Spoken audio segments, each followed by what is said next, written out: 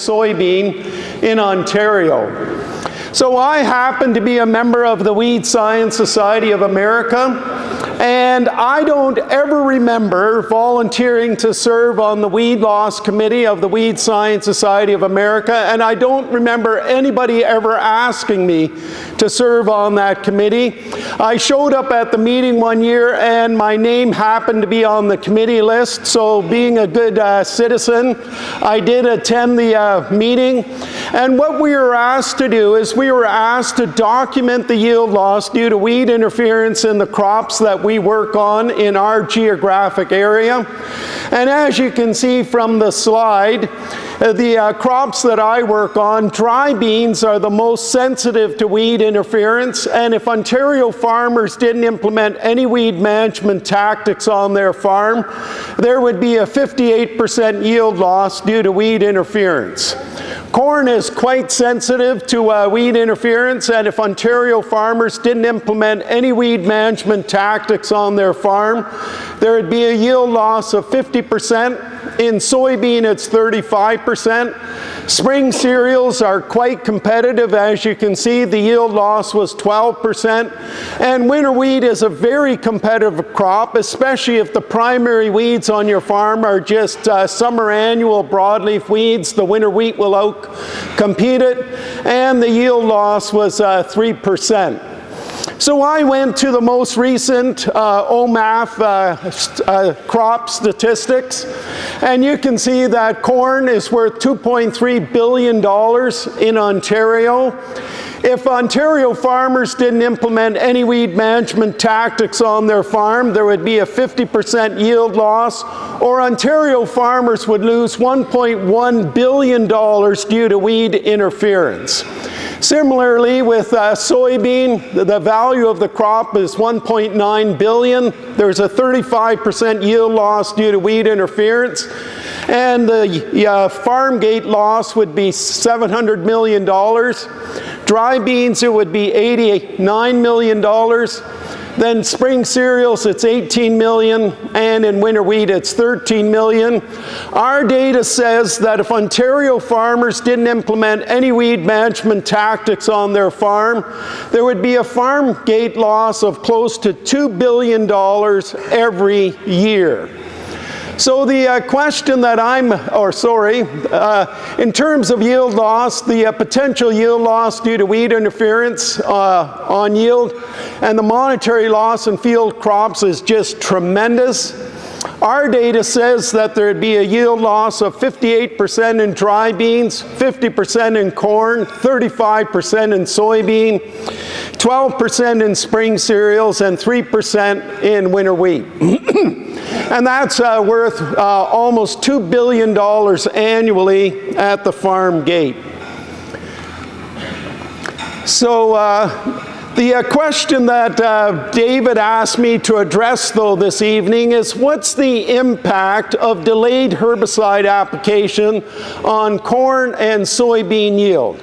So I took this picture. It's obviously a commercial farm in Ontario. I tried to make sure that there was no buildings in the picture so that people couldn't tell where I took the picture. But the question is how much money did this farmer lose due to delayed herbicide application? And so in our data, we did a number of trials, and we applied the first post-emergence herbicide when the weeds were 2 inches in height. And the yield loss, I think it's surprising for many farmers.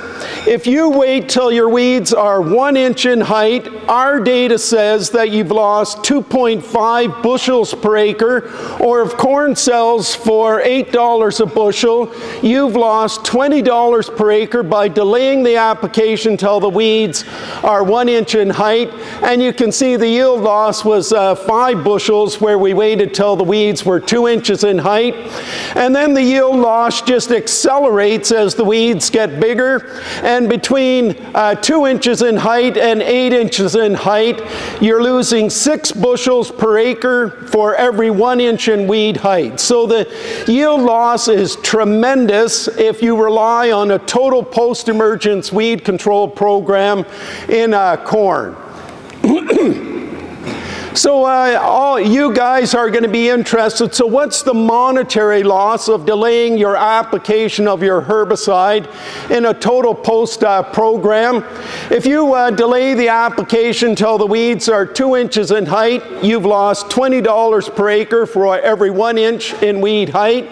And then the yield loss just accelerates, and between 2 inches in height and 8 inches in height, you're losing $48 if corn sells for $8 a bushel for every 1 additional inch in weed height. So if you wait till your weeds are 4 inches in height, our data says you've lost $139 per acre by delaying the application of your herbicide till the weeds are 4 inches in height. So if you make the assumption that you have 1,000 acres of corn and the price of corn is $8 per bushel, our data says if you wait till the weeds are 2 inches in height, you've lost 5 bushels per acre. That's worth $40 an acre, and you would have lost $40,000 just by delaying the application till weeds are 2 inches in height. However, if you wait till the weeds are 4 inches in height, our data says that you lose 17.4 bushels per acre, or $139 per acre. And if you farm 1,000 acres of corn, you've lost $139,000. If you wait till the weeds are 6 inches in height, you've lost 30 bushels per acre, or $243. And on 1,000 acres, you've lost $243,000. And if you wait till the weeds are 8 inches in height, you've lost 40 bushels per acre, $325 per acre. And if you farm 1,000 acres of corn, you've lost $325,000. So now I'll switch to soybean, and once again you can see that I took this picture in a commercial field. This isn't my research plots. I stopped along the side of the road. I said, wow, that's a weedy field. I wonder how much money that farmer has lost due to early weed interference. There are soybean rows in there if you look closely. And so in terms of soybeans, if you wait till the weeds are 2 inches in height, our data says that you would have lost about 2 bushels per acre, or you're losing about 1 bushel of soybean for every 1 inch in weed height. And just like I showed you with corn, as the weeds get bigger, the yield loss accelerates. And between 2 inches in height and 8 inches in height, you're losing 1.5 bushels per acre for every 1 additional inch in weed height above 2 inches, going up to 8 inches in weed height. So if we assume that soybeans are worth $18 an acre, our data says that between 0 and 2 inches in height, you lose $17 per 1 inch in weed height, or you lose $33 per acre by delaying the application of your first post-emergence herbicide till the weeds are 2 inches in height. And then the yield loss accelerates as the weeds get bigger, and our data says that you lose $27 per acre for every 1 inch in weed height, between 2 and 8 inches in weed height. So the loss can be just tremendous, just like I showed you in corn. So here, assuming your soybeans, you can sell them for $18 a bushel. I looked in Ontario Farmer this week to make sure my numbers were somewhat accurate. Anyways, our data says if you wait till the weeds are 2 inches in height, you lose 1.8 bushels per acre, and you would have lost $33 per acre, and on a 1,000-acre farm, you would have lost $33,000. If you wait till the weeds are 4 inches in height, our data says that you lose 5.1 bushels per acre, or $92 per acre, and on 1,000 acres you would have lost $92,000. If you wait till the weeds are 6 inches in height, our data says you would lose 8.3 bushels, or $149 per acre. And finally, if you wait till the weeds are 8 inches in height, you lose 10.9 bushels per acre, or $197 per acre, and that would be $197,000 if you farm 1,000 acres of soybean. So there can be a rapid decline in corn and soybean yield due to delayed post-emergence herbicide application. There's a temptation on the part of farmers to delay the herbicide application until all the weeds have emerged. And that makes sense, especially when you're relying on glyphosate for your post-emergence weed control. It provides no residual. So farmers are tempted to delay that application so all the weeds have emerged at the time of application. I say early season weed control results in improved weed control. I actually just delivered the very last lecture of my career to my diploma students. I am 65, I am going to retire in a year, and I always tell my students in class, if you forget everything I've taught you about weed science, always remember small weeds are easier to kill than big weeds, and if you delay the application, you've lost money due to early weed interference. So you have reduced weed interference if you apply your herbicide early, and there's a dramatic increase in corn and soybean yield and net returns to the grower. I want to fully acknowledge, right, I'm in a diverse audience, or I have a diverse audience here. The yield loss in every single field is different, so I gave you the average from our research at Ridgetown campus and the Huron Research Station. However, yield loss is variable from field to field, and it's influenced by a number of different factors. So the single most important thing that's going to determine what the yield loss is on your farm is the relative time of crop and weed emergence. If the weeds come up before the crop, let's say you have winter annual weeds, biannual weeds, and they're up before the crop, they will have a dramatic impact on corn and soybean yield. In contrast to that, if you plant your corn on May 1 and none of the weeds come up until June 1, wow, you've got a lot of time to put on that first post-emergence herbicide application. If the crop is taller than the weeds, those small weeds that emerge after the crop has emerged don't have nearly as big an impact on the crop yield. So yield loss due to weed interference is influenced by weed species composition. Generally speaking, broadleaf weeds have a far greater impact, negative impact on yield than annual grasses do. The next thing is going to be weed density. Obviously, the heavier the weed pressure on your farm, the greater the yield loss. It's going to be impacted by weather. If we have a dry year, there simply isn't enough moisture in the field for both the crop and the weeds, and yield loss is going to be accentuated under dry conditions than those years where you have ample rainfall the whole summer. It's influenced by soil texture and nutrient status as well. So the question is what should farmers do in terms of weed management on their farm? There's a pretty nice field of soybean, and our research shows that long-term net returns are maximized in a planned 2-pass weed control program in both corn and soybean. So I think every single farmer should apply their best soil-applied herbicide. You want to have near perfect weed control when the crop comes out of the ground, and then you manage the weed escapes if you have any escapes on your farm. So frequently, and I want to stress, not all the time, there is a positive yield and economic response in corn and soybean to a 2-pass weed control program. And just to give you some examples, this is some of the research that I've published over the years. Here you can see there's a 3 bushel per acre increase where you use a 2-pass weed control program compared to only a post-emergence weed control program. The yield increase was $3 or 3 bushels per acre, or you made $54 more per acre by using a 2-pass weed control program.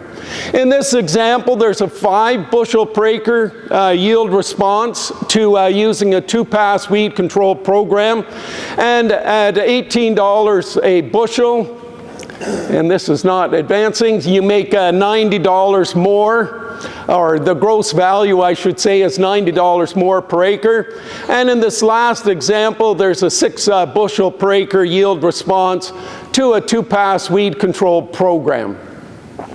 So in terms of the benefits of 2-pass weed control, you minimize corn and soybean yield loss due to early weed interference. I can't stress that enough. You have increased crop yield and net returns, and it's insurance for seasons where the post-application is delayed due to, and so if you're relying on a total post-emergence program, there could be multiple rain events that prevent you from getting in when those weeds are 1 or 2 inches in height, and now they're 3 or 4 inches in height, and you've lost a lot of money due to early weed interference. And you could be delayed just because of windy conditions that don't allow you to get in when you would like to. Large acreages, and finally equipment breakdowns. So in terms of the benefits, that ensures the use of multiple herbicide modes of action over time, which will reduce the selection intensity for herbicide-resistant weeds. So I think as we go along in weed science, and I've been doing weed science for over 30 years now, and when I started in weed science in the mid-1990s, the general thought was that if a farmer had a perfectly clean field, he spent too much money on weed control. That was the thought in the 1990s. I have completely changed my thinking on that. For those of you who know, there's water hemp is a relatively new weed in the province. Water hemp has evolved resistance to group 2, 5, 9, 14, and 27 herbicides. If you have 5-way resistant water hemp on your farm, probably 80% of the corn and soybean herbicides no longer work on your farm. I think the objective of every farmer has to be zero weed seed return to the soil, because if you have zero weed seed return to the soil, you can't select for herbicide-resistant weeds.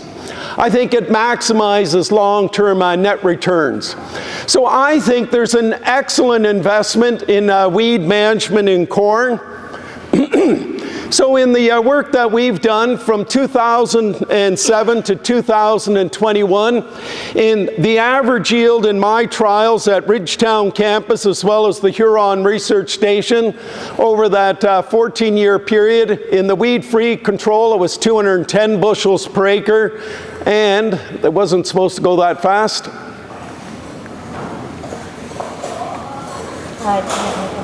Not to worry.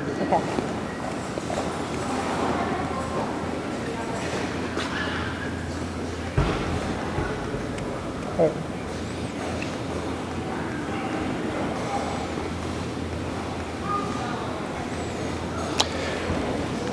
So there you can see in the weedy plot, it was 105 bushels, and that's where I got that 50.1% yield loss due to weed interference.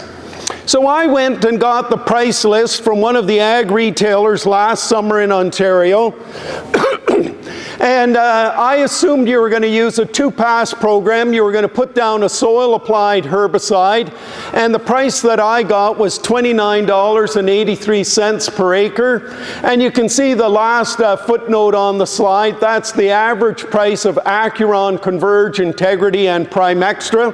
So I just took the average of very commonly used herbicides. I assumed that you would come back with a post-emergence application of glyphosate. I assume that the cost to go across the field with a sprayer was $11 per acre. That is the number from OMAFRA in terms of custom rates. So the cost for weed management in corn would be $63.24 per acre. So in terms of the yield, this is the Ontario average, not mine. So the Ontario average yield from 2018 to 2021 was 166 bushels per acre. The average price over that same time period was $5.94 per bushel. So the gross value of the corn was $986 per acre. If you assume that you would have a yield loss of 50%, it would be 83 bushels or $493.85. And the cost of weed management is $63.24. The return on investment in weed management in corn is just tremendous. Our number says that you get $7.81 back for every $1 invested in weed management. I used to work for 3 of the agricultural products companies before I went to the University of Guelph. When I left Rome-Palenque in 1988, I had to put my RSP contributions, my pension contributions into a locked-in RSP. Peter Sikkema makes less than 5%, and it's managed by CIBC Bank. I make less than 5% on my investment. Farmers, in terms of weed control, are getting just a tremendous return on investment in terms of weed management. So I have 2 pictures up there, and let's just assume that it's 2 different farmers, right? One's farmer black, one's farmer brown, and you drive by those fields, and let's say it's September 30th, and you drive by, they're 2 neighboring fields, you look at those fields and you say, those farmers did a really good job of weed management. They're both spotless, right? There's no weeds in the field at all. And the one on the left is in where we used a 2-pass weed control program. We had 203 bushels per acre.